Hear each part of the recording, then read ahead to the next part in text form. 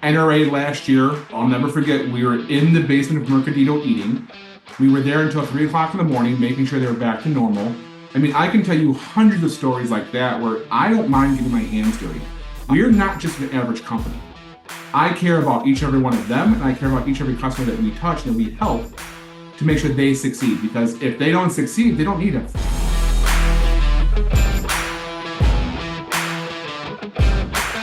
Welcome to Digital Hospitality. I am your host, Shawn Walchef. This is a Cali BBQ media production.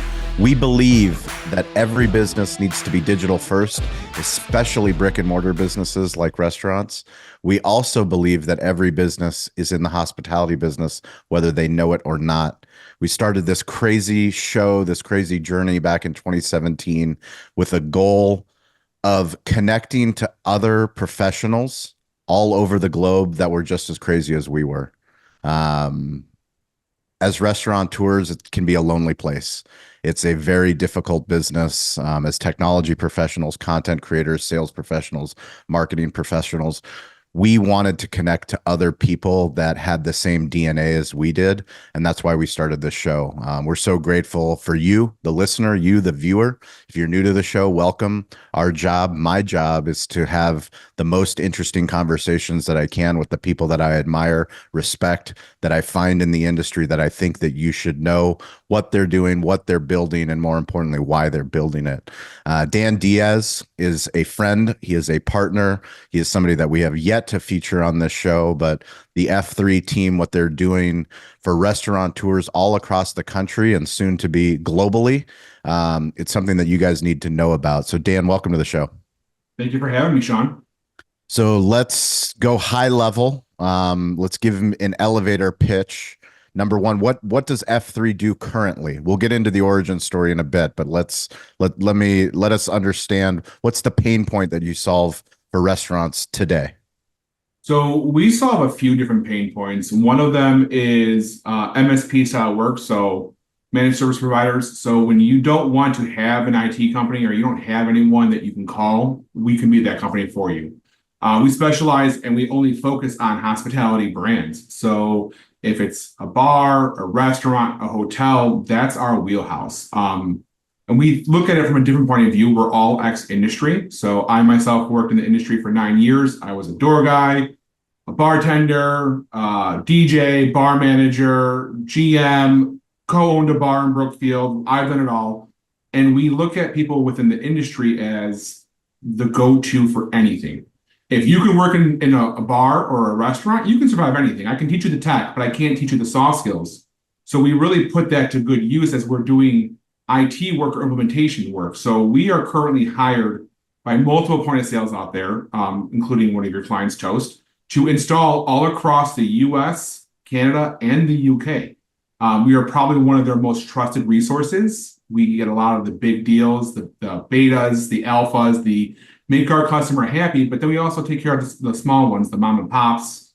And we do that all across the US. We did some numbers last year. F3 techs traveled about 1.3 million miles last year with installs, just installs.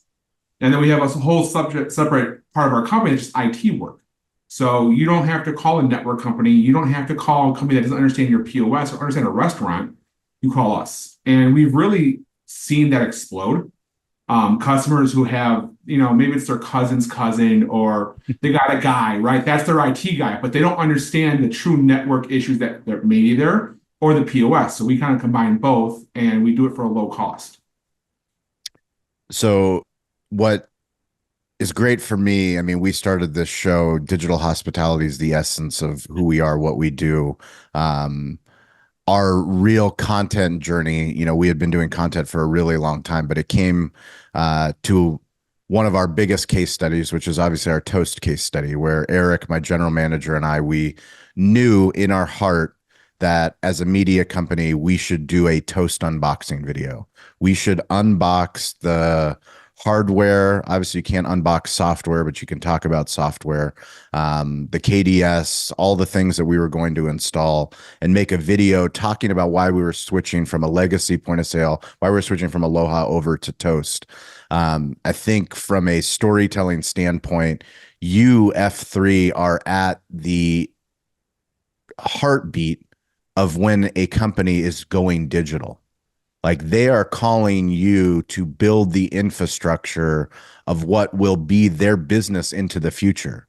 Online ordering, in-store ordering, all of the things that literally you cannot run your cash and register business Yeah. unless you have the foundational infrastructure of what F3 provides. Can you talk about kind of the point of coming to a restaurant owner at a time in need? I mean, it's happened multiple times. We like I said previously, we look at it as we help out everyone we can. And we know that everyone's margins are slim. I mean, living in a pre-COVID 15% profit margin, I mean, you don't really have the money to spend on extras. And I actually come from a line of restaurateurs. Before me, my grandfather, when he first came to the United States from Greece, he opened up restaurants all over. So, like, I didn't know him as a person, but hearing the stories of the restaurants that he opened up, and then my job at Toast when I was there, I got to connect with people and see how this may be their last $1,000.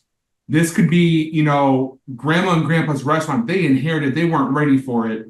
And so we treat everyone that way. So that way, when something goes wrong, especially in Chicago, like Chicago's my backyard, I am born and raised here. I'll get phone calls from restaurateurs that, hey, we have a massive issue. We call the support desk. We know that, can we call you? Can you come out and help us? And it's happened plenty of times. NRA last year, 2023, Como/Esco, which is one of our very first IT customers, they kept having issues with their switch. It kept frying. Mm-hmm. And so I'll never forget, we were in the basement of Mercadito eating, and I arranged for a tech to come go to my house, pick up a switch, go there, and then we met them there. We were there until 3 o'clock in the morning, making sure they were back to normal. I mean, I can tell you hundreds of stories like that where I don't mind getting my hands dirty. Based upon some of your content that you created, I remember last year when we did ARC Festival with NPK Hospitality, I was like, I'll do a video too, and I did a time lapse, right, of me programming 220 handhelds. I remember that. And that's something that I still enjoy doing because I think that makes me a better leader and shows our technicians who are greats that like we're not just an average company. I care about each and every one of them, and I care about each and every customer that we touch and that we help to make sure they succeed. Because if they don't succeed, they don't need F3. They have a lot bigger problems, but they don't need us. And coming out of the hospitality industry, I don't ever want to see a restaurant close. And so I will go that extra mile, whether it's 2 o'clock in the morning because it's happened before, or hop on a plane, go to New Orleans and speak to a certain family out there to like show them how they were making mistakes within the software that they were using to make their lives better. To me, it's just about taking the hospitality that we used to have in the industry, like while we were working in the industry, and using it here. Prime example is like, I love going to F3 IT customers' restaurants. Yeah. I don't want the hookup. I don't want a discount. I want to give my money back to you. Much in the same way when I was a bartender, the bartenders would come see you, you'd go see them, you'd show some love, like you pack the bar and make it look better for more people to come in. And I take that same approach with this too. If we are being your IT company and we're there for you and you're paying for us, like I'm going to come spend money at your place. And that's why one of our requirements for our NRA parties is you have to be an F3 IT customer. We want to give right back to you and make sure that you understand we're your partner. We're not just taking your money and not answering our phone. We're not going to be there for you. I've gotten plenty of calls from Dynamic or, Nils or Mercadito or Vandalay at 2 o'clock in the morning. I was driving to South Carolina with my family. It was last June to be exact, where they had a massive issue and they couldn't close out. And they were doing, and this is the Vandalay brands, this Millennium Hall right in the heart of Grant Park. And they were just doing massive numbers and they couldn't close out. So it was 2 o'clock in the morning Eastern time because I'm in South Carolina. And I grabbed my daughter's Fire tablet, downloaded the software, typed it in, and I'm on the phone with him. I'm on the phone with support. And I was up until 4 o'clock in the morning working on that problem. I didn't call any of my technicians. I'm not going to. I will do the same thing that I would ask of them and show them I can also do it too. So I know it was long-winded, but There are plenty of stories about that. And I hope that as you talk to more and more friends of F3, you hear those stories as well. Hey everyone, Avi Gorin, CEO and co-founder of Marquee, and I want to talk about the customer journey for a second. You never know as a restaurant owner where your guests are truly coming from. End of the day, we do see some patterns around two types of search behaviors: direct versus discovery. Direct search, for an example, would be jumping into Google and saying Cali barbecue hours, right? I know where I want to go to eat, but I'm missing a key detail. I need a little bit more information. Discovery, which is the bulk of searches, is barbecue in San Diego, restaurants near me, takeout near me, right? One of the best ways to be found for more discovery searches is leveraging keywords. Reviews are basically free content for you to leverage. Think about keywords that are relevant to your brand, your location, and include as many of those in your review responses as possible, right? How can you go about doing this? Let's set up reports, utilize tools like Google Trends, find out what's going on in your area and how you can help leverage these keywords and review responses, because someone else is doing that, right? If you need some examples, you could do anything from including summer menu, gluten-free menu, leverage specific menu items like the dreaded and beloved spice pumpkin anything in your review responses, right? Let them know what's coming. Let your reviewers know something they should come back and try. And of course, if all of this just seems overwhelming and daunting because you're already running a restaurant and have enough on your plate, just leverage the team at Marquee to do this for you. We handle all of this. We're experts in this space. We can automate this so it's just another item that you know you are taking care of. Again, that's marquee.com, marquii.com. Know you.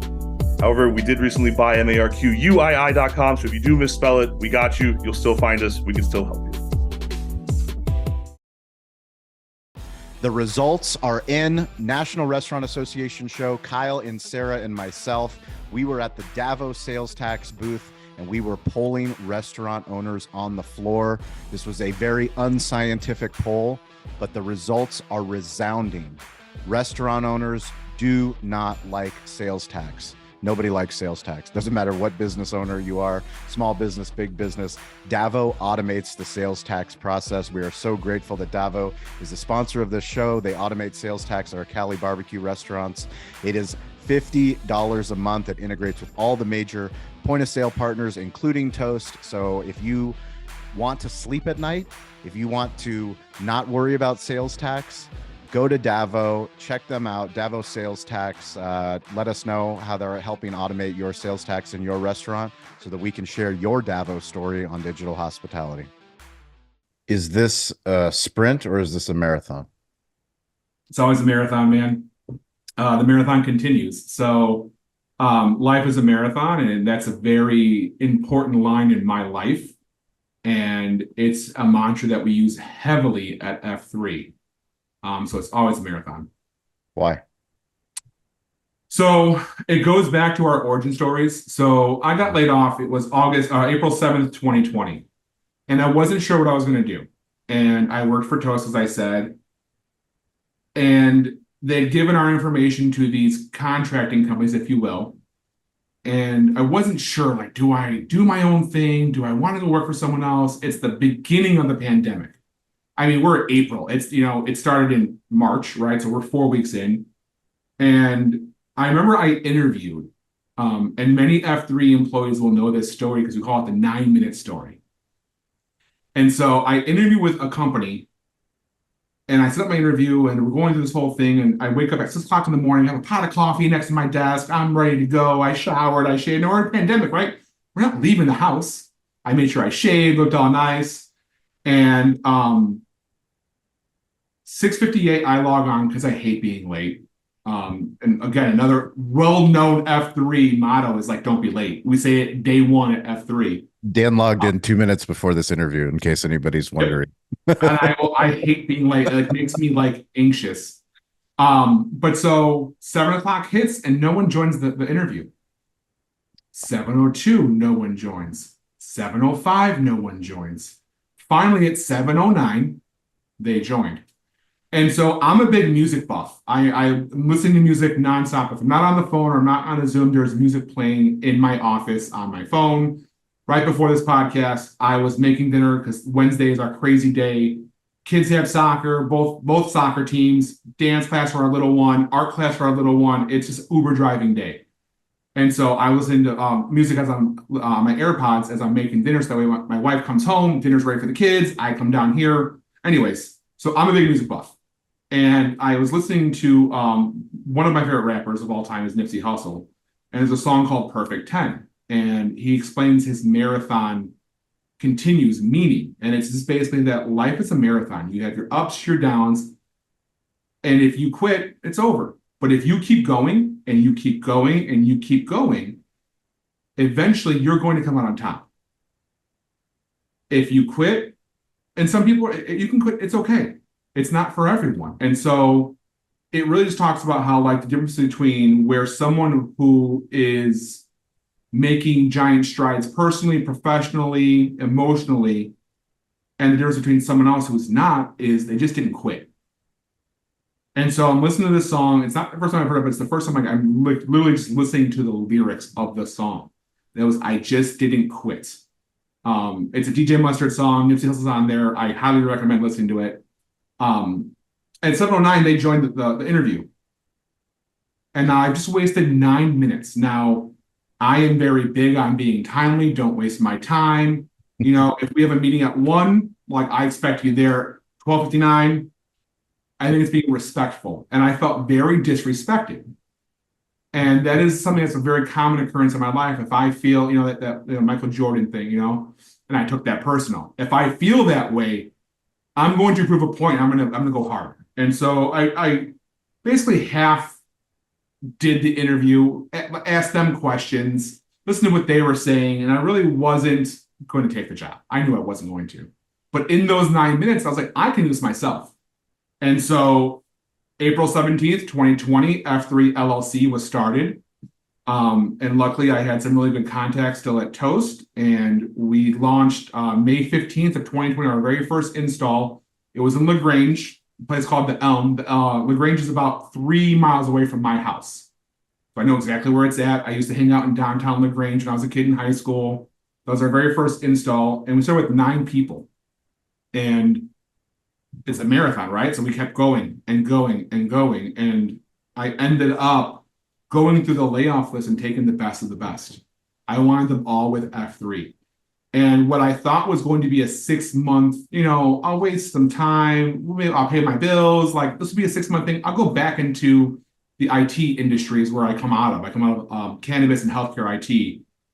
I was like, I'll go back to that or something, in 6 months. And then by our 3rd month, seeing the people who had joined us, my former toasters who had just gotten let go, I'm like, we got something special here.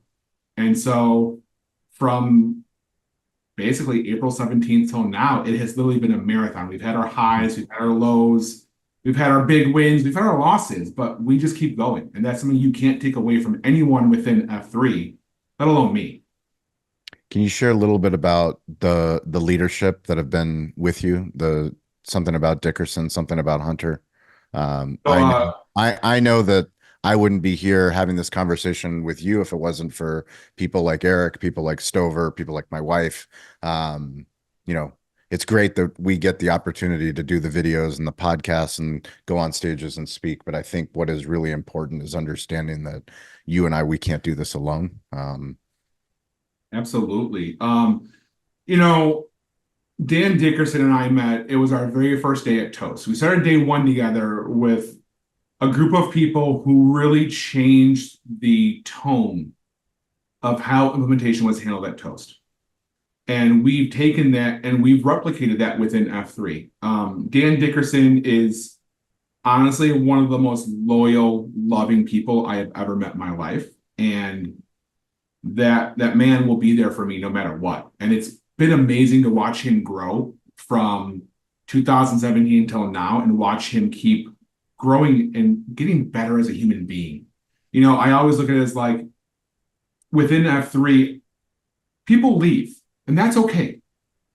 But if we've made them a better person, whether that's as an employee, as a human being, that's a win for us. And so watching someone like Dan Dickerson, who literally he was moving to Chicago from Florida for Toast, then moved basically to Boston. Like he would spend half a month every month in Boston.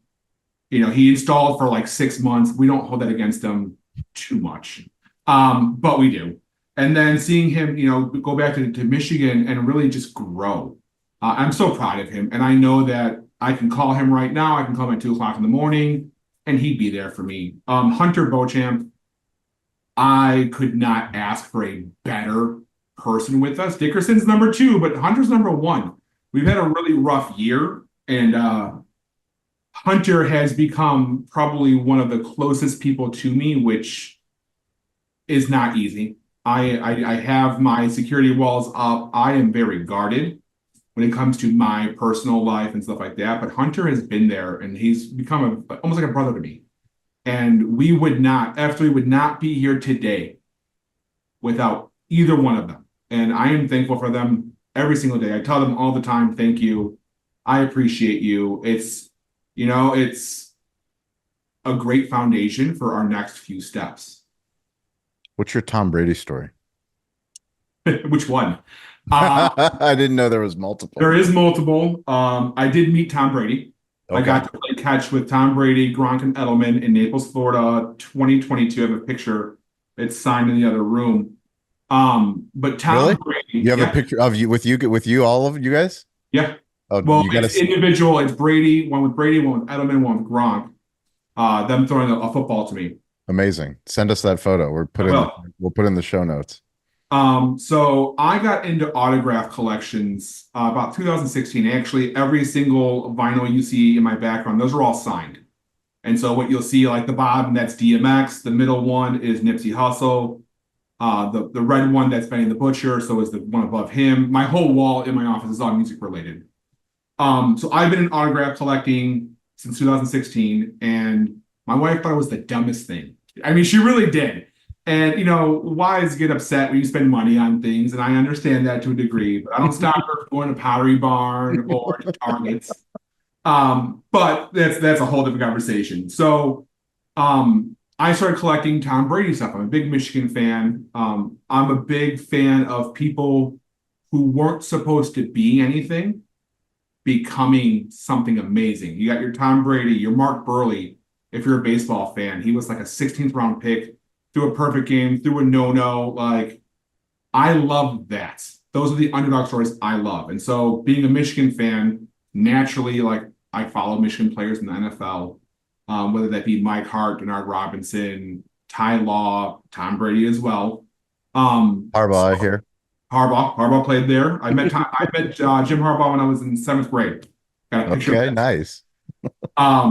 So when we were doing the F3 thing, when we were launching, everyone's at home. No one's really going out, so everyone had money. And so I had a framed 2000 Orange Bowl jersey, not the one he wore, but like a replica, if you will, with the patch from the Orange Bowl. And it was framed by a buddy of mine named Joe Favara. So if you guys ever need like framing stuff done, the Art and Frame based in Houston, he is amazing at what he does. Everything you see on my wall, everything is all framed by him. He's the only one I'll let touch my stuff. But it was a framed jersey. It had Tom Brady's signature on the fronts. It had the full stats from the game. It said Go Blue on it. And it had a ticket stub at the bottom of it that was signed by him from that game. And then a signed draft pick card, a replica signed by him too. All one big frame. And so I'm like, man, like, I got my severance coming from Toast. Like, that's cool. But if this doesn't work, like, I don't want to use that. So I ended up selling my Tom Brady jersey to a guy named Casey Humphreys, who I actually have never met until this past January. We met in Houston for the national championship game we went to. Dan Dickerson, myself, and a couple and my son. So I ended up selling it, and it got like $5,000 out of that. And that was how F3 started. No way. That's the money we used to start. We have taken no outside funding. We have not taken a penny from anyone else, investment wise. We've gotten some loans from people here and there, and they're grateful to me. I'm grateful to them, I should say. But it's all from just self funding and grinding and working until 2 o'clock in the morning and Tom Brady. And so when I got the opportunity to go see him and meet him in person, I was like, I'm going. Like, I'm not someone who gets starstruck. I've met plenty of rock stars, rappers, stuff like that, but I couldn't even speak. I did, however, end up at a party later on that night with Gronk and Ninja Turtles and Vanilla Ice. There you go. Nice. That was interesting. Ninja Turtles and Vanilla Ice. Let's talk a little bit about the thing that we don't talk about that I'm excited to Bruno? start working. What's that? Bruno? Who? Bruno. Bruno. What do we do? Let's talk about Bruno. No. Yeah, we're talking about Bruno. Yeah, you know. Okay. No, the closets. Yes. Let's talk about the thing that no one talks about. So if you're listening to this show, I want you to be honest with yourself. You have an AV closet at your home. You have one at your business. You probably have one at your restaurant. Are you proud of what it looks like? If you are proud of what it looks like, I would love for you to send me a picture on Instagram at Shawn P. Walchef. Send me a picture. I'd love to have you on the show. Let me see your work. Let's see if it passes the F3 test. But let's talk about what we don't talk about, which is the IT closet. Yeah. Is it an IT closet or an AV closet, or how does it work? Usually it's just a space, right? Usually it's just a bunch of wires. Yeah. It's a hidden nightmare that no one wants to talk about. Yeah, it's like, let's put it over here out of the way. You know, for such an important piece of a restaurant, the network is really ignored. You need it for so many things. Just think about if you're a pizza place, right? You probably have your POS. You're probably running third-party ordering. You might be running Slice, right? Like you're running these multiple things, and the network has been ignored for decades, right? You go into when I did installs, I'd go in and I would see, you know, Cat 3 cables. Now, for those of you who don't know, we're on now Cat 6, 7, and 8s, and things don't change quickly. They take like a decade to change. So if you're seeing Cat 3, Cat 4, Cat 5, like these are all older than like kids today. Like seniors in high school are younger than these cables. And so what are we on now? We're on Cat 8? Cat 8. Cat 8's now coming out. I think Wi-Fi 7's out now. I don't know what we have. I gotta ask Eric. What's Cali barbecue running? All you do is you turn the cable and you'll see it'll say like 5E, 6E, 7E. How long ago was your place built? We built in 2008. You're probably on 5E. But I bet when you left micros, you were also like looped and all that whole fun stuff. So what typically happens now is when people are switching, they just leave that in place. And there's no blueprint anymore, right? So you walk into a place and there is the remnants of a legacy system. I'm trying not to name names, right? I don't want to upset anyone or call anyone out. But you have the remnants of at least 2 or 3 POSs that are just there. And so the next person comes in who doesn't care, is, you know, they plug something else in, all right, it's fine. And then over time, you know, we needed Wi-Fi, right? Wi-Fi wasn't a thing when I was bartending in the industry. No one had Wi-Fi, right? But now you need it. Everyone has to have Wi-Fi, whether it's for the POS, for their sound system, for their tablets, whatever it may be. Guest Wi-Fi, right? You're not cool unless you can, you know, post on Instagram. And if you don't have Wi-Fi in certain places, especially in Chicago, very thick walls, like you're not cool. And so people just keep adding on to that. And you just see this thrown spaghetti mess of just wires. And then when things go wrong, what are you going to do? It's a Saturday night. It's 7 o'clock and you go down and you're looking at a massive mess of wires that there's no rhyme or reason to anything. Now you're going to lose out on the most prime day. And going back to that, there are small margins. Losing on a Saturday night can do massive things to you. And not in a good way either. It just really has some really bad effects on your business. Now with Yelp and now with social media. I was at this place, they went down. It's just, it's an ignored aspect of the restaurant, but it's probably one of the most important aspects, right? You have your human concept of like the human ability, and that part of your business is very important, but then also how do they send the orders? Uh-oh. This is my update. So for those that are listening, I'm texting Eric live time during the show, and I asked him what cat cables are we on? And he said, "Ha, I thought you'd never ask me that question. At minimum, everything is Cat 5E, which is pretty standard and the lowest grade everywhere. We aren't running over a gig speeds," is what he texted back. Yep. Cat 5e was the standard for a while. But again, now you're at 6, 7, 8.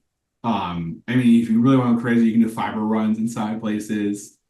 So what do you do for current clients? If we have restaurant groups that are listening right now, what do you guys do from a network standpoint? From a network standpoint, so we will go in, we will trace everything out, label it, we will clean it up, we will cable manage it, we will make it look nice. Like if you go on Google and you look up, good cable management, we're gonna come in there and do that. It's hard to explain in a podcast, but like we're going to make it look nice and presentable to where you're not going to be ashamed if someone walks by it and says, "What's this?" Like, that's not how we do things. We also will maintain the network for you guys. We also require that all of our customers have failover internets. So if you sign up for F3 IT, you get a failover. Like we set you guys up. And why we do that is for a couple of reasons. One, you go down, you're running in any offline mode possible from any point of sale you're with, right? What people don't realize is that if you run a credit card transaction in offline mode and someone disputes that transaction, you've lost. No matter what information, you can have a picture of the person signing it, giving a thumbs up, you've lost that dispute.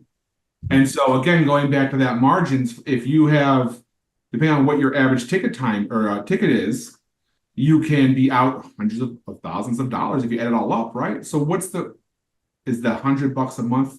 It's kind of worth it, right? Yep. The other part of it too is that we keep up your security cameras, your music, all that stuff as well on that failover internet. So those are some of the things we do on the network side of things. We go in there, we make it nice, presentable. If you call us for support, we have a help desk that you can call, Slack, text, email, you can even FaceTime us and we'll answer. We actually have everything diagrammed out to where you call and say, "Oh, hey Dan, I'm at our new location, but on the base, something's not right." I'm like, "All right, Shawn, please go to port 13. That's your uplink to the switch. Is that plugged in? Because I'm not seeing it plugged in." Mm-hmm. "Oh no, reseat it." Boom, it lights up. So because we are so detailed in our mapping and how we create our playbooks, we have a 96% first call resolution on both the POS support and the network support. And we really pride ourselves on that one. It also helps our CSAT scores, just being able to solve problems quickly and knowing what we're doing. What does hospitality mean to you in the partnership ecosystem? It's a big thing to me. I spoke about it with Arun during NRA. Hospitality to me, it doesn't just mean restaurants and bars. We are partners. I have plenty of other partners in Centivio, Push, those guys. I look for a good vibe of a person. We don't just partner with anyone. We get requests all of the time for different companies because we are in so many restaurants every single year. The number from April 17th, when we started, to the end of last year was 41,000 restaurants we touched. I have not done the numbers. I won't do the numbers for this year until December. Like, that's a big outreach to where you're actually touching restaurants. And so we get requests all the time to be partners with us. And I want the best of the best. And I don't mean that from a platform standpoint. I mean that if my customer calls you, are you going to take care of them? Are you going to do right by them? And that is a big thing for me because everyone needs someone to be there for them at some point. When I first tried to leave the industry, I'm a college dropout, right? I'll admit that. And I another chip on my shoulder. I couldn't get an IT job. Now, I've been working on computers and I've known computers my entire life. Mm-hmm. I took apart my mom's work computer. rebuilt it piece by piece, software by software, took some computer classes in school and high school. And then when I went to college, I went to Columbia College, Chicago for radio broadcast. So like I didn't even go that route. But when I wanted to leave the industry, no one would give me a job. And so I went back to College DuPage. I got my cert doing Cisco networking. And that next day, someone gave me a job. It was because I had that little piece of paper, but someone also gave me a chance. And I ended up going to work for a company out of here in Chicago, and I met who I consider my mentor. His name is Jeff Nichols. And he started off very much like me. He was driving a limousine and picked up the owner of this company and just became friends with him. And that person gave him a shot. And now he's in charge of all of IT for 48 nursing homes. And so like you give people that shot, that's hospitality. It doesn't have to be in a restaurant. It should be for partnerships because you're representing not just your own brand, but you're representing F3's name as well. And that's something that we have worked so hard on, and we really value how you treat your customers. That's why I have no problem giving you leads and connections and talks and like, you're good people. Arun, Brett Berman. I mean, I can go on and on. Kelsey from Push. Like these are people who are great people. And if I have to call them for an issue, they're going to answer the phone and they're going to say, I may not know that answer, but I will find out. And that to me is, especially after the pandemic, that's what the hospitality industry really needs is more hospitality. And so I'm excited to see restaurants come back more and take what we've learned over the past 4 years and really bounce back hard. And I hope that because of the things that we do, the little things, right? You know, the networking, the what I call a Chicago favor, which is someone calls me, can you fix this? And I just help it on the phone. You know, I hope those things make the industry better. And I'm one person, right? And F3 is just a small group, a small blip. But if we can create that going forward, you know, whoever I helped on the phone last time, maybe they help someone else next time. You called me a couple of weeks ago to help your one friend in California, right? I called you. They had an issue as a Toast customer, and I told them, you know, here's Dan's number. I knew there were plenty of people that Dan could have passed me off to, but he took the call himself and took care of a good friend that runs a significant restaurant group here in Southern California. So, and I just hope that he does the same thing for someone else. You know, I was down at the TRA. Another, you know, speaking of like going extra miles for customer, I was at the TRA down in San Antonio, and it was right. I don't know if it was a hurricane or a flood in Houston. I forgot what it was. Back in July. And I got reached out to by a very high up person that I know was like, this customer's having massive issues. Can you please help them? And the customer's name was Walk-Ons. They were in Houston. And so I called one of my techs. I was obviously in Texas, but Texas is so massive, I could not get there. And there were closures, all that stuff. So I sent a tech out there. We worked together on the phone. We got them up and running in less than an hour. Sweet. You know, and then that guy was like, oh, what, you know, did you know that I own the one in San Antonio too? I was like, no. He's like, you want to go have some drinks on me? I'm like, no, man, just have a good night. Like you've had a rough couple of days. You had storms, you had damage, your Comcast went down. Just go enjoy your night. Don't worry about it. So that to me helps breed more hospitality. And so to answer your question, hospitality is being there for people and being good people. So I need to ask you about your personal tech stack. So this is your personal tech stack with Dan Diaz of F3. Are you an Android or an iPhone user? iPhone. Which version? I have the 16 Pro Max. You already have it? I do. What do you think? What's your high level review? So I'm on the iOS 18.1 beta to try the Apple Intelligence. As someone who does not chat GPT, okay, that's not me. As I text you, I think you can tell I'm like a fast texter and there's no grammar and that's okay with me, but it's totally fine with me. I don't capitalize anything. Right. I don't punctuate. You know it, like if it's capitalized and it's punctuated, it's not me. Yeah. But using it is actually pretty cool. The on the fly emojis that you can make, that's really cool. I'm a big believer in so my wife, I have 3 kids. I will make sure my wife gets a new phone every other year or so. I am that guy that'll get a new phone every year because I'm on my phone nonstop. Yep. I looked at my battery for my old phone. It was like the charge was like 82%. I only had it for a year, and it's been that, the battery degraded that much. But I'll get her a new phone because she's with our kids the most. Yep. And so I want her to have really good pictures and stuff Yep. like that. So the camera on the new phone's cool. It's just knowing that my battery's not going to die. One of my biggest fears in life is that I'm going to be somewhere without my phone or without cell service. And so the battery life is increased. I like that. We'll see what they come out with as more things come out with the beta, but so far I like it. Do you prefer phone calls or text messages? Text. Do you leave voicemails? No. Do you listen to voicemails? I was doing that earlier. I was at school pickup for my kids, and I was like, man, I got 40 voicemails. I should probably listen. Yeah, I put my AirPod. They were all, I don't think any of them were anything of important. One was our accountant, so he's important. One was a guy, Tony Contry, who you'll talk to. Like, hey, how's it going? And then just, no. Yeah. If I'm going to do a voicemail, it's going to be like me being sarcastic and funny and talking in my radio voice, like the voice that I use at FS Tech when I'm Shawn Walchef, right? I'll leave those kind of voicemails if I want to like have fun with my friends, but not really. How many emails do you get a day?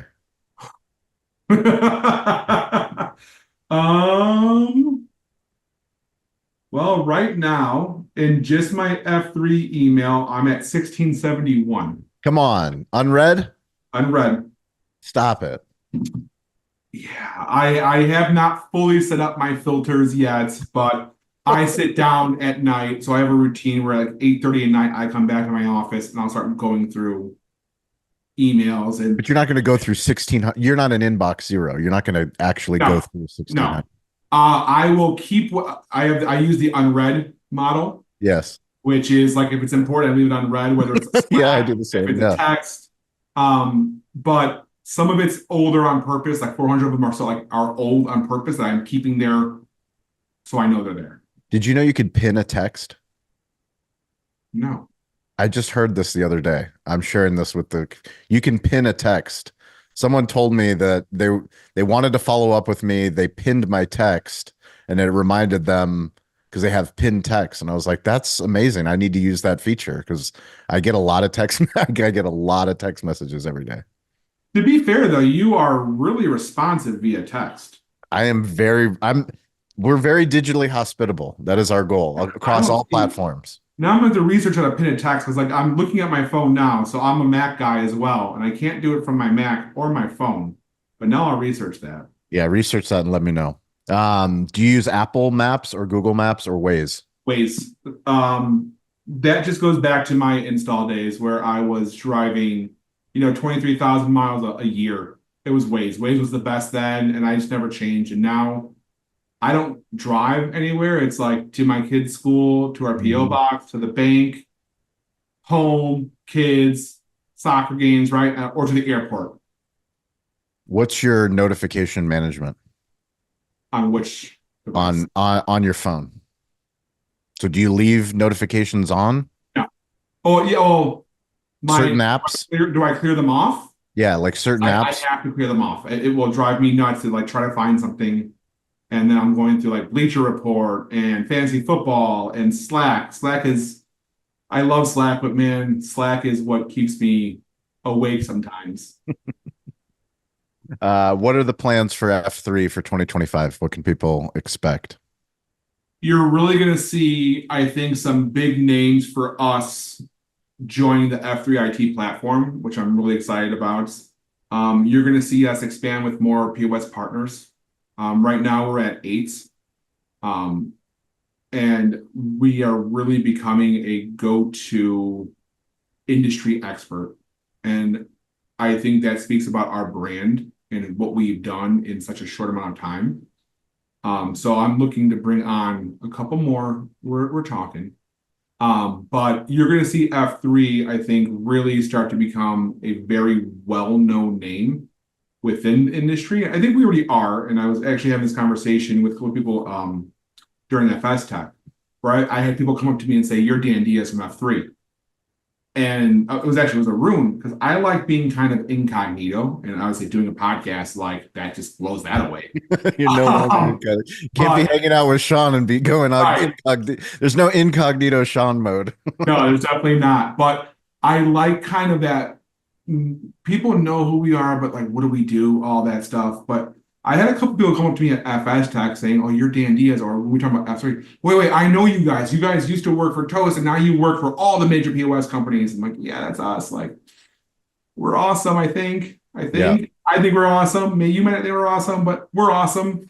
So I think you're gonna start to see some of that. And as we do stuff like this, and I go to more conferences and spread the F3 word, I think you're gonna start to see it really take off. But then I also hope that, as I've talked about hospitality and like partnerships, that like, again, it just breeds that hospitality. Yep. Be good people, be a good vibe. Yep. Well, if you guys are listening to this, please join us LinkedIn Live every Wednesday, every Friday, 10 a.m. Pacific time, 1 p.m. Eastern time, 6 p.m. London time.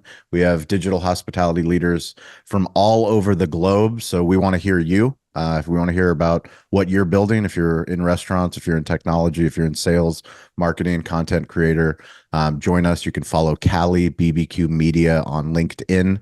And Dan, what's the best way for people to connect with F3?